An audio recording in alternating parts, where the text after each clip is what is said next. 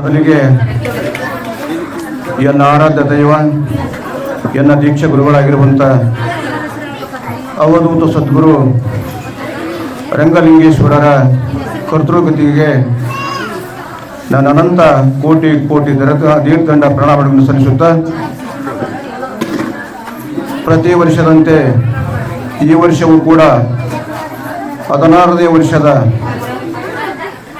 ಶೆಟ್ಟಿಯ ಮಹಾಪ್ರಸಾದ ವಿಜೃಂಭಣೆಯಿಂದ ನಡೆಯುವಂಥ ಈ ಕಾರ್ಯಕ್ರಮದ ದಿವ್ಯ ಸಾನ್ನಿಧ್ಯವನ್ನು ವಹಿಸಿರುವಂಥ ಮಠದ ಒಡೆಯರಾಗಿರುವಂಥ ತ್ರಿಶೂಲಪ್ಪ ಶರಣರಲ್ಲಿಯೂ ಶರಣೆಂದು ಮತ್ತು ಈ ಕಾರ್ಯಕ್ರಮದಲ್ಲಿ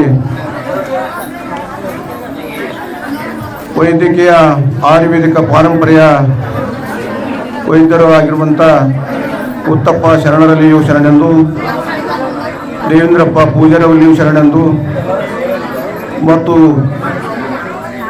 ಯಾದಗಿರಿ ಜಿಲ್ಲೆಯ ಪಾರಂಪರಿಕ ಕಲ್ಯಾಣ ಕರ್ನಾಟಕ ಪಾರಂಪರಿಕ ಅಧ್ಯಕ್ಷರಲ್ಲಿಯೂ ಪ್ರಧಾನ ಕಾರ್ಯದರ್ಶಿಗಳಲ್ಲಿಯೂ ಮತ್ತು ಭೀಮಣ್ಣ ಹೊಸಳ್ಳಿ ಶರಣರಲ್ಲಿಯೂ ಮತ್ತು ಈ ಕಾರ್ಯಕ್ರಮದಲ್ಲಿ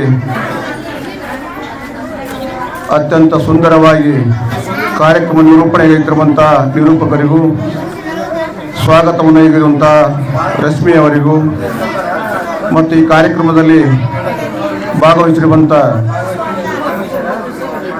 ಸಮಸ್ತ ಶರಣೆಯರ ಅಂತರಾತ್ಮದಲ್ಲಿ ಶಿವನ ಜ್ಯೋತಿಯಾಗಿ ಬೆಳಗುತ್ತಿರುವ ಶಿವಶೇಷನಕ್ಕೆ ಶರಣಾರ್ಥಿಗಳು.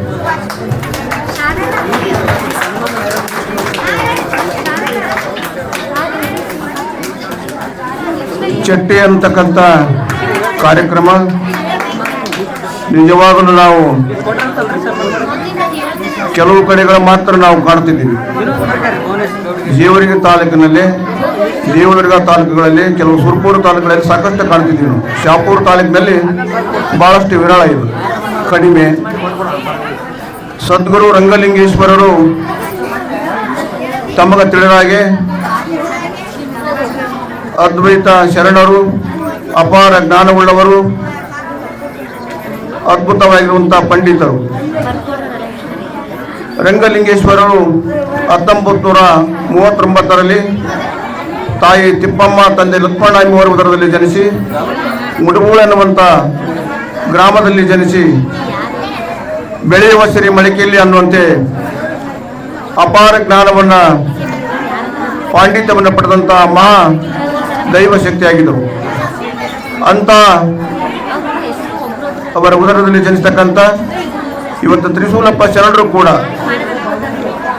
ರಂಗಲಿಂಗೇಶ್ವರ ಹಾಕಿಕೊಟ್ಟಿರ್ತಕ್ಕಂಥ ಮಾರ್ಗದಲ್ಲಿ, ಅವರು ಹಾಕಿಕೊಟ್ಟಿರ್ತಕ್ಕಂಥ ದಾರಿಯಲ್ಲಿ ಇವತ್ತು ಬರೀ ಶೆಟ್ಟಿ ಕಾರ್ಯಕ್ರಮ ಅಷ್ಟೇ ಅಲ್ಲ, ಇವತ್ತು ರಂಗಲಿಂಗೇಶ್ವರ ಪುಣ್ಯಾಶ್ರಮದಲ್ಲಿ ಅನೇಕ ಸಾಂಸ್ಕೃತಿಕ ಕಾರ್ಯಕ್ರಮ, ಧಾರ್ಮಿಕ ಕಾರ್ಯಕ್ರಮ ಮತ್ತು ಗುರುಗಳು ಹಾಕಿಕೊಟ್ಟಿರ್ತಕ್ಕಂಥ ಗುರು ಪರಂಪರೆಯನ್ನು ಇವತ್ತು ಮುನ್ನಡೆಸಿಕೊಂಡು ಹೋಗ್ತಾ ಇದ್ದಾರೆ. ಇದು ನಮ್ಮ ಸೌಭಾಗ್ಯ ಅಂತ ಹೇಳಬೇಕಾಗಿದೆ. ಕೇವಲ ರಂಗಲಿಂಗೇಶ್ವರರು ತಾವು ಮಾಡುವಂಥ ಕೃಷಿ ಕಾಯಕದಲ್ಲಿ ನಿರತರಾಗದೆ ಅಧ್ಯಾತ್ಮದ ಒಲವನ್ನು ಪಡೆದುಕೊಂಡು ಕೂಡಲೂರು ಬಸವಲಿಂಗೇಶ್ವರರ ಸಂಪ್ರದಾಯದಲ್ಲಿ 7ನೇ ಅವತಾರಿಗಳಾಗಿ ಈ ಒಂದು ನಮ್ಮ ಕಲ್ಯಾಣ ಕರ್ನಾಟಕದಲ್ಲಿ ಏನು ಸಗರ ನಾಡು, ಶರಣರ ನಾಡು, ಕವಿಗಳ ಬೀಡು ಎಂದು ಪ್ರಖ್ಯಾತವಾಗಿದೆ. ಇಂಥ ಒಂದು ಸಗರ ನಾಡಿನಲ್ಲಿ ಅನೇಕ ಶರಣರು, ಸಂತರು, ಮಹಾತ್ಮರು ಬಾಳಿ ಬದುಕಿ ಹೋಗಿದ್ದಾರೆ. ಅಂಥವರ ಸಾಲಿನಲ್ಲಿ ರಂಗಲಿಂಗೇಶ್ವರೊಬ್ಬರು ಅಂತ ಹೇಳಬೇಕಾಗಿದೆ.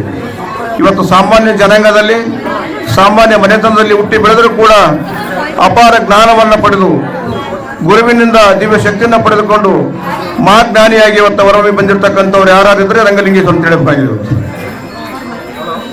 ಸದ್ಗುರುಗಳವರ ಒಂದು ವಚನವನ್ನು ನನಗೆ ನೆನಪಿ ಬರ್ತದೆ.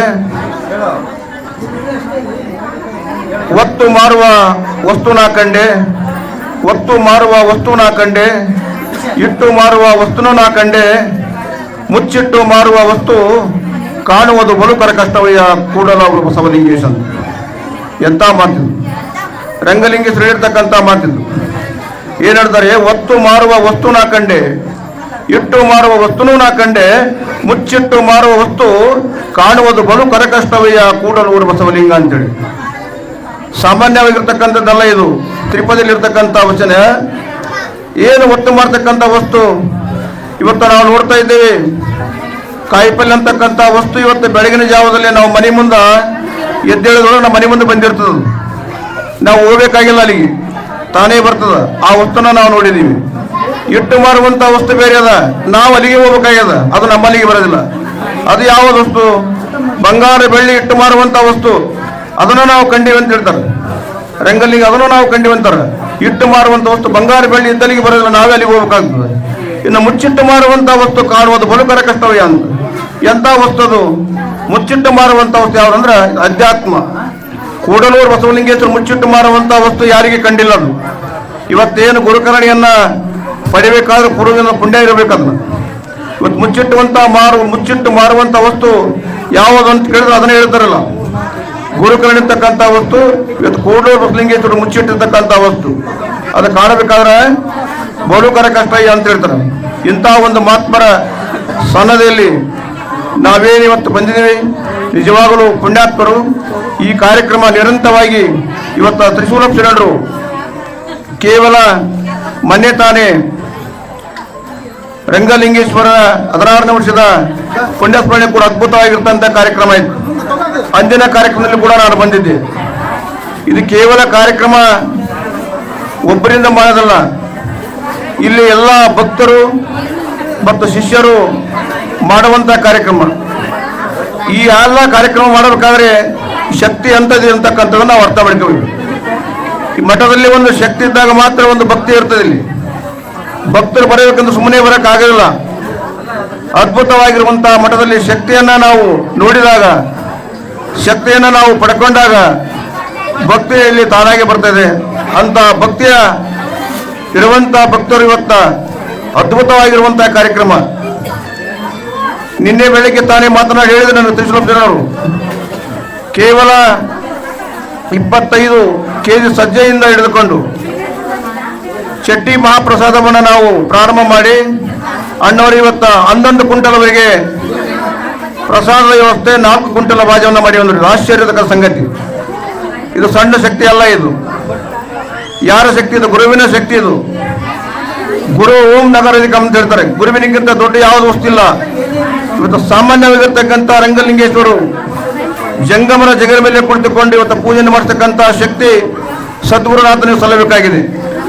ಅಂತ ಅದ್ಭುತವಾಗಿರುವಂಥ ಜ್ಞಾನವನ್ನ ದಿವ್ಯ ಶಕ್ತಿಯನ್ನ ಪಡೆದುಕೊಂಡಿರ್ತಕ್ಕಂಥ ಮಹಾತ್ಮರು ಇವತ್ತು ನಮ್ಮ ಭಾಗದಲ್ಲಿ ಅನೇಕ ಶರಣರ ಸಾಲಿನಲ್ಲಿ ಇವರು ಕೂಡ ಹಾಗೆ ಹೋಗಿದ್ದಾರೆ. ಇಂಥ ಒಂದು ಮಹಾತ್ಮರ ನಾವು ತತ್ವ ವಿಚಾರಗಳನ್ನು, ಆಚಾರಗಳನ್ನು, ತತ್ವ ಸಿದ್ಧಾಂತಗಳನ್ನು ಜೀವನದಲ್ಲಿ ಅಳವಡಿಸಿಕೊಂಡಾಗ ನಮ್ಮ ಜನ್ಮ ಸಾರ್ಥಕವಾಗ್ತಂತ ಮಾತನ್ನು ಹೇಳಬೇಕಾಗಿದೆ. ಇನ್ನೊಂದು, ನಾನು ಈಗಾಗಲೇ ಶರಣರು ನಮ್ಮ ಹೇಳಿದರು, ಸಮಯ ಬಹಳಷ್ಟಾಗದ. ಯಾಕಂದ್ರೆ ಸಾಕಷ್ಟು ಜನ ಮಾತಾಡೋರದಾರ, ನಾನೇ ಮಾತಾಡ್ಬೇಕಂತಿಲ್ಲ, ಸಾಕಷ್ಟು ಮಾತಾಡೋರ. ಒಂದು ರಂಗಲಿಂಗೇಶ್ವರ ಒಂದು ಅದ್ಭುತವಾಗಿರುವಂಥ ಒಂದು ಪವಾಡನ್ನು ನಾವು ನೆನಪಿಗೆ ತರ್ತೀನಿ. ಇವತ್ತು ಸಾಮಾನ್ಯವಾಗಿ ನಮ್ಮ ಗ್ರಾಮಗಳಲ್ಲಿ, ಹಳ್ಳಿಗಳಲ್ಲಿ ಜ್ಯೋತಿಷನ್ನ ಗೊತ್ತಿದೆ ನಿಮಗೆ. ಜ್ಯೋತಿಷ ಇರ್ತಕ್ಕಂಥ ಸ್ವಾಮಿಗಳು ಬಹಳ ಜನ ಇರ್ತಾರೆ. ಸತ್ಯ ಅದು, ಜ್ಯೋತಿಷ ಇರ್ತಕ್ಕಂಥ ಸ್ವಾಮಿ ಇರ್ತಾರೆ.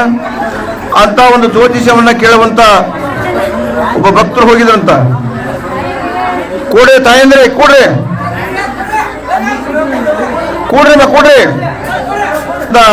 ಸ್ವಾಮೀಜಿ ಬಹಳ ಪಂಡಿತ ಇದ್ದ. ಇದು ರಂಗಲಿಂಗೇಶ್ವರ ಮಾಡಿರ್ತ ಅಂತ ಪವಾಡ ಶಕ್ತಿ ನಾನು ನಿಮ್ಮಂದು ಹೇಳಕತ್ತೀನಿ. ಬಹಳ ಪಂಡಿತ ಇದ್ದ. ಒಬ್ಬ ಭಕ್ತ ಜ್ಯೋತಿಷನ್ನ ಕೇಳಕ್ ಹೋದ. ಅಲ್ಲಿಗೆ ಹೋದ್ ಕೇಳಕ್ ಹೋದಂತ ಅವಾಗ ಜ್ಯೋತಿಷ್ ಹೆಂಗಿದ್ದ ಅಂದ್ರೆ ಮುಖಲಕ್ಷಣ ನೋಡಿ ಹೇಳ್ತಿದ್ದ ಆತಗ. ಹಸ್ತರೇಖೆ ಮತ್ತು ಮುಖಲಕ್ಷಣ ನೋಡಿ ಹೇಳ್ತಿದ್ದ ಆತ. ಈ ವ್ಯಕ್ತಿಯನ್ನ ಹೋದ, ಮುಂದಗಡೆ ಕುಂತಂತ ಹೋದಾಗ ಅವ ಜ್ಯೋತಿಷಗಾರನಂತ, ಯಜಮಾನ ಆಯ್ತು ನೀ ಕೇಳಬೇಡ, ಏನಿಲ್ಲ ನಿನ್ನ. ಯಾಕ್ರಿ ಅಂದ. ಇಲ್ಲ ನಿನ್ನ ಮುಗಿದ ಏನು ಕೇಳಬೇಡ ನಿನ್ನ. ಅವಾಗ ಭಾಳ ಆಶ್ಚರ್ಯ ಐತಂತ. ಏನ್ರಿ ನನಗೇನಾಗ್ಯದ? ಇಲ್ಲ ನೀ ಕೇಳಬೇಡ, ನನಗೆ ಹೇಳೋಂಥ ಅವಶ್ಯಕತೆ ಇಲ್ಲ ನಿನಗೆ ಅಂತ ಹೇಳಿದಂತ. ಭಾಳ ಗಾಬರಿ ಅದಾವ. ಏನು ಹೇಳಕೈತಾರೆ ಇವ್ರು ಅಪ್ಪವ್ರು, ಹಿಂಗೆ ಕೇಳಕೈತಾರ ಅಂತಂದ. ಇಲ್ಲ ನಿಂದು ಹೇಳೋದೇ ಇಲ್ಲ, ಏನು ಮುಗಿದೋಗ್ಯದಂತಂದಂತ. ಇಲ್ರಿ ಹೇಳಬೇಕು ನಿನಗನ್ನ. ಭಾಳ ಹಠವಾಗಿ ಹೇಳಬೇಕಂತಂದಾಗ ಅವಾಗ ಜ್ಯೋತಿಷಗಾರ ಹೇಳಿದ್ರಂತ, ಏನು ಹೇಳೋದಪ್ಪ, ಒಂದು ವಾರದೊಳಗೆ ನಿನಗೇನಪ್ಪ ಅಂದ್ರೆ ಸಾವದ ಅಂತ ಹೇಳಿದ್ನು. ಒಂದು ವಾರದೊಳಗೆ ನೀನು ಸಾವದ, ಎಂದದ್ರಿ ಅಂತ ಹೇಳಿದ. ಸೋಮವಾರ ದಿನ ಸಾಯಂಕಾಲ 5 ಗಂಟೆಗೆ ನೀವು ಸಾವು ಅಂತ ಹೇಳಿದಂತ. ಭಾಳ ಆಶ್ಚರ್ಯ ಆಯ್ತು. ಇವತ್ತು ನಾವು ದೇವರ ಗುಡಿ ಗುಂಡಾರಗಳಿಗೆ ಹೋದ್ರೆ 10 ಗಂಟೆ ಹೋಗಿ ನಕ್ಕಂತ ಬರ್ತೀವಿ, ಆದ್ರೆ ಮನುಷ್ಯ ನಕ್ಕಂತ ಬಂದ 10 ಗಂಟೆ ಹೊಂಟ. ಭಾಳ ಆಶ್ಚರ್ಯ ಆಯ್ತು. ಮನೆಗೆ ಹೋಗಿ ಹೇಳ್ತಿ ಕೇಳಿದಂತ. ಏನು ಹೇಳಿದ್ರು ಮುತ್ತವರು? ಮುತ್ತವ್ರು ಏನಿಲ್ಲ, ನಮ್ದು ಭಾಳ ಅನಾಹುತ ಆಯ್ತಂದ. ಏನಂದ? 1 ವಾರದೊಳಗೆ ಸೋಮವಾರ 5 ಗಂಟೆಗೆ ಸಾವು ಅಂತ ಹೇಳಿದ್ರು. ಅವಾಗ ಹೇಳಿದ್ದಲ್ಲ ಅಂತ. ಹೌದ್ರಿ, ಅವ್ರು ಭಾಳ ಕರೆ ಹೇಳ್ತಾರೆ ಅಂತ ಹೇಳಿದ್ರು. ಇದು ಹೆಂಗೆ ಅನ್ನಂತ ಮತ್ತೆ ಎದೋಡು ಅಪ್ಪುರ. ಮನೆಗೆ ಹೇಳಿದ್ದಲ್ಲ, ಹೌದ್ರಿ ಭಾಳ ಕರೆ ಹೇಳ್ತಾರಂತ ಮತ್ತೆ ಎದೋಡ್ಬಿಟ್ಟು ಅಪ್ಪುರ. ಆಯ್ತು ಮುಗಿದ ಅಂತ ಹೇಳಿದ. ಚಿಂತೆ ಮಾಡ್ತಾ ಕುಂತ 1 ವಾರ ಆಯ್ತು, ಮನೆಗೆ ಬಿಟ್ಟು ಹೊರಗೆ ಹೋಗಲಿಲ್ಲ. ತನ್ನದೇ ಆಗಿರ್ತಕ್ಕಂಥ ಚಿಂತೆಯಲ್ಲಿ ಜೀವನ ಕಳೆಯಕತ್ತಿದ. ಸೋಮವಾರ ಬಂತು. ಅವ ರೈತ, ಒಕ್ಕಲ್ತನ ಮಾಡುವಂಥ ಮನುಷ್ಯ ಆಗಿದ್ದ. ದನಕರು ಉದರಕತ್ತಿದ್ವು. ಅವ ವಿಚಾರ ಮಾಡಿದ, ಇರಲಿ ಇವತ್ತು 1 ದಿವಸ ದನದ ಉಸಿರಾಡಿ ಬಿಟ್ಟಿಗದ. ಯಾಕ ನಾನು ಹಿಂಗಿದ್ರೆ ಇವತ್ತು ಸಾಯ್ತೀನಿ ಅಂತ ಹೇಳ್ಯಾರ, ಹೊಲಕ್ಕೆ ಹೋಗಿ ಮೇವ್ತಾನ ಅಂತೇಳಿ ಸಪ್ಪಿ ತರಕ್ಕೆ ಹೋದ. ಅವನಿಗೆ ಅದೇ ಗುಂಗಿತ್ತು. ಹೋಗುವಂಥ ಸಂದರ್ಭದೊಳಗೆ ರಂಗಲಿಂಗೇಶ್ವರ ಇಲ್ಲಿ ದಾರಿಯಲ್ಲಿ ನಿಂತಿದ್ರಂತ. ಈ ವ್ಯಕ್ತಿ ಹೊಲಕ್ಕೆ ಹೋಗುವಂಥ ಸಂದರ್ಭದೊಳಗೆ ನಿಂತಿದ್ರು. ಅಪ್ಪವ್ರ ದರ್ಶನ ಮಾಡಿಕೊಂಡ ಅಂತ ಹೋಗೋ ಸಂದರ್ಭದಲ್ಲಿ ಅಪ್ಪವ್ರು ಹೇಳಿದ್ರಂತ, ನಿನಗೆ ದೀರ್ಘಾಯುಷ್ಯನ ಭಾವ ಅಂತ ಹೇಳಿದ್ರಂತ. ಆ ಮನುಷ್ಯ ಗೊತ್ತಾಗಲಿಲ್ಲ ಅದೇನು. ದೀರ್ಘಾಯುಷ್ಯನ 100 ವರ್ಷ ಬದುಕಪ್ಪ ಅಂತೇಳಿ ಆಶೀರ್ವಾದ ಮಾಡಿದ್ರು ಅಪ್ಪವರು. ಆದ್ರೆ ಏನು ಗೊತ್ತಾಗಲ್ಲ. ಆಯ್ತು ಅಂತೇಳಿ ಮುಂದೂಡಿ ಹೋದ. ಹೊಲ್ದಾಗ ಹೋದ, ಮೇವು ಕೊಯ್ದ, ಹೊರಗೆ ಕಟ್ಟಿಕೊಂಡ. ಟೈಮ್ ನೋಡ್ತಿದ್ದ. ಅವನಿಗೇನು ಚಿಂತಿತ್ತ? 5 ಗಂಟೆಗೆ ಸಾಯ್ತು ಅನ್ನೋದೊಂದೇ ಇತ್ತು, ಮತ್ತೊಂದು ಚಿಂತಿಲ್ಲ ಅವನಿಗೆ. ನೋಡಿದ ಟೈಮ್ ಮುಗಿತು, 5 ಮೇಲಾಯ್ತು. ಅವಾಗ ಧೈರ್ಯ ಬಂತು ಅವನಿಗೆ. ಜ್ಯೋತಿಷ್ ಭಾಳ ಸುಳ್ಳು ಹೇಳಿದ, ನನಗೆ ಮೋಸ ಮಾಡಿದ, ಸಾಯ್ತಾನಂತ ಹೇಳಿದ. ನಾನು ಸಾಯಿಲ್ಲ, ಸೀದಾ ನಾ ಎಲ್ಲಿಗೆ ಹೋಗ್ಬೇಕಂದ್ರೆ ಜ್ಯೋತಿಷ್ ಮನೆಗೆ ಹೋಗ್ಬೇಕಂದು. ಸೀದಾ ಜ್ಯೋತಿಷ್ ಮನೆಗೆ ಬಂದ, ಸ್ವಾಮಿಗಳ ಮನೆಗೆ ಬಂದ. ಬೇವಿನವ್ರು 10 ಗಂಟೆ ಸೀದಾ ಅಲ್ಲಿಗೆ ಬಂದು ಅಮ್ಮವ್ರು ಹೊರಗಡೆ ಇದ್ರು. ಏನ್ರಿ ಮುತ್ತವ್ರು ಎಲ್ಲಾರ ಅಂತ ಕೇಳಿದ. ಮುತ್ತವ್ರು ಒಳಗಾರ, ಕರ್ರಿ ಅವ್ರಿಗೆ ಮುತ್ತವ್ರಿಗೆ ಅಂದ. ಯಾಕೆ ಭಾಳ ಆವೇಶದಾಗಿದ್ದ. ಎಲ್ಲಾರ ಬಂದ. ಮುತ್ತೆ ಹೊರಗಡೆ ಬಂದ. ಯಾಕೋ ನೀ ಇನ್ನೂ ಸತ್ತಿಲ್ಲ ಅಂತ ಕೇಳಿದ. ಮುತ್ತೆ ಏನು ಸಾಯ್ತಾರ್ರಿ? ಎಲ್ಲಿ ಸಾಯ್ತೀನಿ? ಹಿಂಗೆ ಕೇಳಕತ್ತೀರಿ, ನೀವು ಸುಳ್ಳು ಹೇಳಕತ್ತೀರಿ? ಯಾರು ಹೇಳಿದ್ರಿ ನಿಮ್ಗೆ ಅಂತ ಹೇಳಿದ. ಅವಾಗ ಜ್ಯೋತಿಷಗ ಬರ್ದಿತ್ತು, ಕರೆ ಇತ್ತ. ಜ್ಯೋತಿಷ ಏನು ಬರ್ದಿತ್ತ? ಸಾವು ಆದಂತ ಬರ್ದಿತ್ತು. ಪಾಪ ಜ್ಯೋತಿಷಗಾರ ಸುಳ್ಳು ಹೇಳಿದಿಲ್ಲ, ಸಾವು ಇತ್ತಲ್ಲಿ. ಆದ್ರೆ ಅವ ಜ್ಯೋತಿಷಗಾರ ಪಂಚಾಂಗ ತಂದ, ಮತ್ತೆ ಗಡಬಡ ಮಾಡಿ ನೋಡಿ ಅವಂದ ಸಾವಂತೂ ಆದ, ಹೆಂಗ್ ಉಳಿದನಿ ಅಂತೇಳಿ ಮತ್ತೆ ವಿಚಾರ ಮಾಡಿ ಅವನಿಗೆ ಕೇಳಿದ, ಏನಪ್ಪ ನೀನು ಎಲ್ಲಿಗೆ ಹೋಗಿದ್ದೀವತ್ತ ಅಂತ ಕೇಳಿದ. ನಾನು ಹೊಲಕ್ಕೆ ಹೋಗಿದ್ದೇನೆ. ಎಷ್ಟೊತ್ತಿಗೆ ಹೋಗಿದ್ದಿ? ಮುಂಜಾನೆ ಹೋಗಿನ್ರಿ. ಹೋಗಾಗ ನೀನು ಯಾರು ಬಿಟ್ಟೆ ಭೇಟಿಯಾಗ್ಯಾರ ಅಂತ ಕೇಳಿದ. ದಾರಿ ಒಳಗ ರಂಗಣ್ಣಪ್ಪವ್ರು ಇದ್ದರಿ, ನಿಂತಿದ್ರೆ ನಾನು ನಮಸ್ಕಾರ ಮಾಡಿದೆ. ಅವ್ರೇನೋ ದೀರ್ಘಾಯುಷ್ಯನ ಭಾವ ಅಂತ ಹೇಳಿದ್ರು, ನಾ ಮುಂದಕ್ಕೆ ಹೋಗಿನಂದ. ಅವಾಗ ಅವಂದ ಅಲ್ಲೇ ಹೋಗಿ ನೀನು ಸಾವು ಅಂತ ಹೇಳಿದ್ರು. ಸಾವು ಅಲ್ಲೇ ಹಿಂದಕ್ಕಾಯ್ತು ಅಂತ ಹೇಳಿದ್ರು. ರಂಗಣ್ಣಪ್ಪವ್ರು ಏನು ಆಶೀರ್ವಾದ ಮಾಡ್ಯಾರ, ಅಲ್ಲೇ ಹಿಂದಕ್ಕಾಯ್ತು. ಬಿಚ್ಚು ಮೇವನೂರಿ ಅಂತ ಹೇಳಿದಂತ ಸ್ವಾಮಿ. ಅವಾಗ ಮೇವಿನೂರಿ ಬಿಚ್ಚಿದೊಳಗ ಆ ಮರಿ ಒಳಗ ಶರ್ಪ ಇತ್ತು, ಅಚ್ಚಲಿ ನಾಗರಾವ್ ಇತ್ತಂತ ಹೊರಗಡೆ ಬಂತಂತ. ಇದನ್ನ ರಂಗಲಿಂಗೇಶ್ವರ ಮಾಡಿರ್ತಕ್ಕಂಥ ಪವರ್ ನಾವು ಯಾಕೆ ಹೇಳಕತ್ತೀನಂದ್ರೆ, ಗುರುವಿನಲ್ಲಿ ಅದ್ಭುತವಾಗಿರ್ತಂಥ ಶಕ್ತಿ ಇರ್ತದೆ. ಪ್ರತಿಯೊಂದಕ್ಕೂ ಡೇಟ್ ಅದ, ಎಕ್ಸ್ಪೈರಿ ಡೇಟ್ ಅದ. ಇವತ್ತೇನು ನಾವು ಈ ಒಂದು ಕಾರ್ಯಕ್ರಮದಲ್ಲಿ ಪುಣ್ಯಾತ್ಮದಲ್ಲಿ ಬಂದು ಭಾಗಿಯಾಗಿವಲ್ಲ, ಇವತ್ತು ನಮ್ಗೆ ಕೌಂಟ್ ಇಲ್ಲ. ಒಂದಿನ ಆಯುಷ್ಯ ಹೆಚ್ಚಿಗೆ ಆಗ್ಯದಂತಿಲ್ಲ, ಕಡಿಮೆ ಆಗ್ಯದಂತಿಲ್ಲ, ಏನೂ ಇಲ್ಲ. ಇಲ್ಲಿ ಇಂಥ ಒಂದು ಜಾಗದೊಳಗೆ ಬಂದೀವಂದ್ರೆ ನಾವು ನೀವು ಪುಣ್ಯಾತ್ಮರಿವಿ.